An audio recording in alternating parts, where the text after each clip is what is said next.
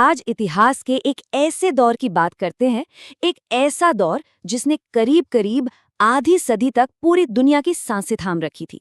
जी हाँ, हम बात कर रहे हैं शीत युद्ध की। और ये सिर्फ दो देशों की लड़ाई नहीं थी। नहीं, ये तो दो विचारधाराओं का टकराव था। एक ऐसा टकराव जिसने हमारी आज की दुनिया को वैसा बनाया जैसी वो है। तो हुआ ये कि दूसरे विश्व युद्ध की राख से दो सुपर पावर्स, दो महाशक्तियां उभरी, अमेरिका और सोवियत संघ। पहले दोस्त थे, पर अब वो दुश्मन बन गए। क्यों? क्योंकि दोनों की दुनिया देखने का नजरिया बिल्कुल अलग था।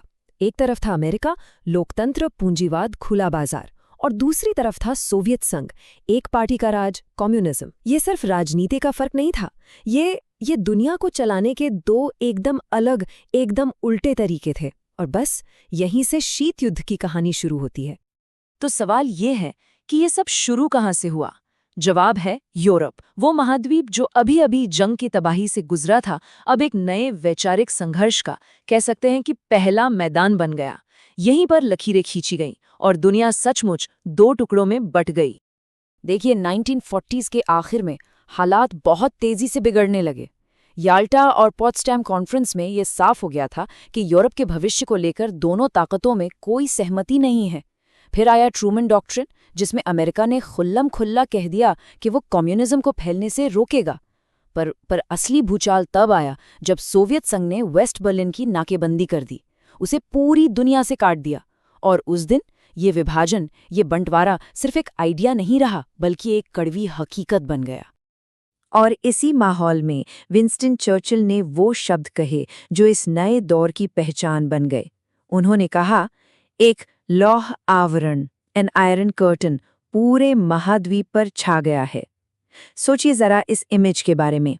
एक लोहे की दीवार, एक ऐसी दीवार जिसे कोई पार नहीं कर सकता। ये सिर्फ जमीन नहीं बांट रही थी, ये परिवारों को, विचारों को और आज़ादी को भी बांट रही थी। और ये जो विचारों का बंटवारा था ना, ये बहुत जल्द हथियारों के बंटवारे में बदल गया। 1949 में पश्चिमी देशों ने मिलकर नेटो बनाया। मतलब एक पर हमला, सब पर हमला। जवाब में 1955 में सोवियत संघ ने बनाया वॉर्सो पैक्ट। तो अब तस्वीर बिल्कुल साफ थी। दुनिया दो हथियार बंद खेमों में बट चुकी थी, आमने सामने खड़ी थी, और एक छोटी सी चिंगारी, बस एक चिंगारी, पूरी दुनिया में आग लगा सकती थी।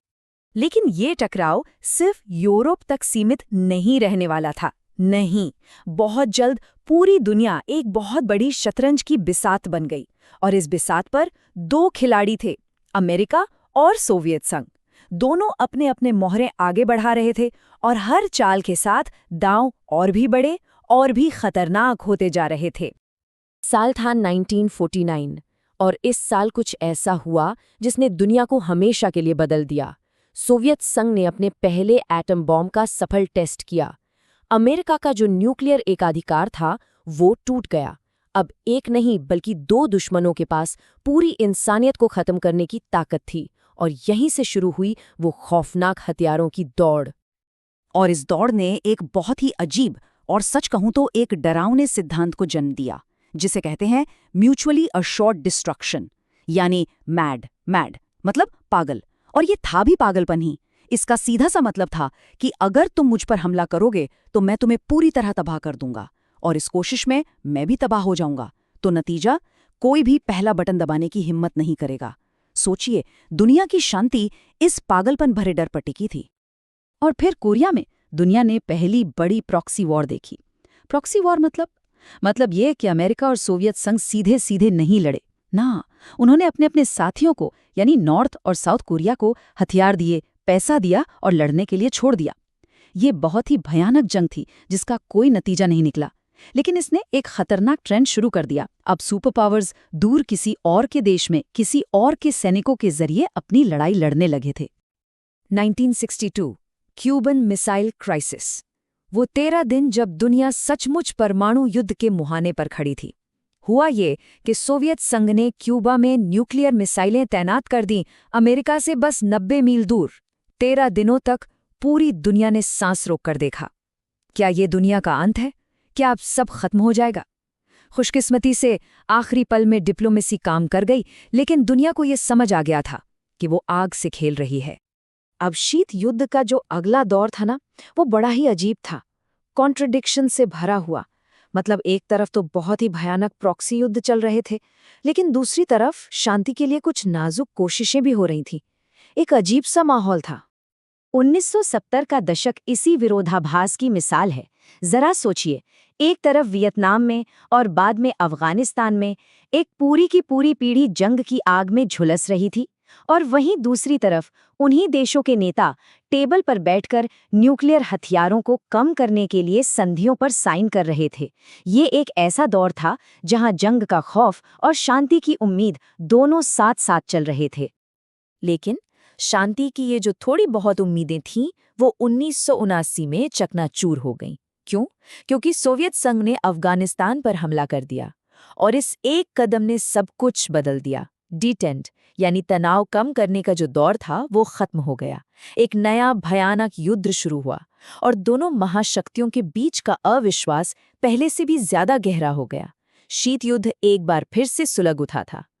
1980 में तो शीत युद्ध जैसे फिर से अपने चरम पर पहुंच गया। अमेरिकी राष्ट्रपति रोनाल्ड रेगन ने सोवियत संघ को ईविल एम्पायर यानी शैतानी साम्राज्य तक कह दिया। उन्होंने स्टार वॉर्स नाम का एक ऐसा मिसाइल डिफेंस सिस्टम बनाने का ऐलान किया जिसने हथियारों की होड़ को एक नए लेवल पर पहुंचा दिया। माहौल इतना तनावपूर्ण था कि लग रहा था दुनिया एक और खतरनाक टकराव से बस कुछ ही कदम दूर है। दशकों से यही सब चल रहा था, तनाव, प्रॉक्सी वॉर्स, हथियारों की दौड़। किसी को उम्मीद नहीं थी कि ये कभी खत्म होगा, लेकिन जब अंत आया तो इतनी तेजी से आया, इतनी अचानक आया कि पूरी दुनिया बस देखती रह गई। किसी ने ऐसा सोचा भी नहीं था। तो सवाल ये उठता है कि इतना बड़ा, इतना ताकतवर साम्राज्य आखिर ढहता कैसे है? क्योंकि बाहर से तो सोवियत संघ बहुत मजबूत दिखता था, पर अंदर ही अंदर उसकी नींव में दरारें पड़ने लगी थीं। और फिर 1985 में आए मिखाइल गोर्बाचेव, एक नए सोवियत लीडर जो सिस्टम को बदलना चाहते थे। उन्होंने दो नीतियां शुरू की, ग्लासनोस्ट यानी खुलापन और पेरेस्ट्रोइका यानी पुनर्गठन। देखिए, उनका मकसद सोवियत संघ को बचाना था, तोड़ना नहीं। लेकिन विडंबना देखिए, उन्होंने आजादी की जो एक छोटी सी खिड़की खोली, उसने एक ऐसे तूफान को जन्म दे दिया जिससे वो खुद भी काबू नहीं कर पाए। और फिर वो ऐतिहासिक दिन आया, नवंबर 1989। बर्लिन की दीवार, वो दीवार जो 40 साल से विभाजन का प्रतीक थी, गिर गई। और बस ये तो बस शुरुआत थी। इसके बाद तो जैसे डोमिनोज गिरना शुरू हो गए, एक के बाद एक। पोलैंड, हंगरी, चेकोस्लोवाकिया, पूर्वी यूरोप के सारे कम्युनिस्ट शासन ताश के पत्तों की तरह ढह गए।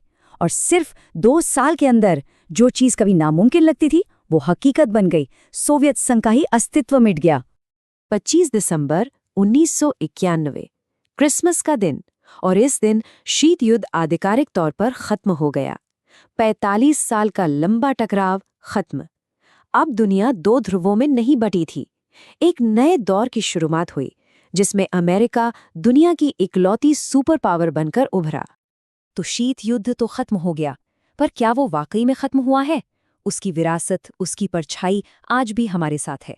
आज भी बटा हुआ कोरिया, मिडल ईस्ट में ना खत्म होने वाले संघर्ष, और आज की बड़ी ताकतों के बीच का नया तनाव, ये सब उसी दौर की तो देन है। और ये हमें एक बहुत बड़े सवाल पर लाकर छोड़ देता है। आखिर 45 साल लंबे इस टकराव से हमने सीखा क्या?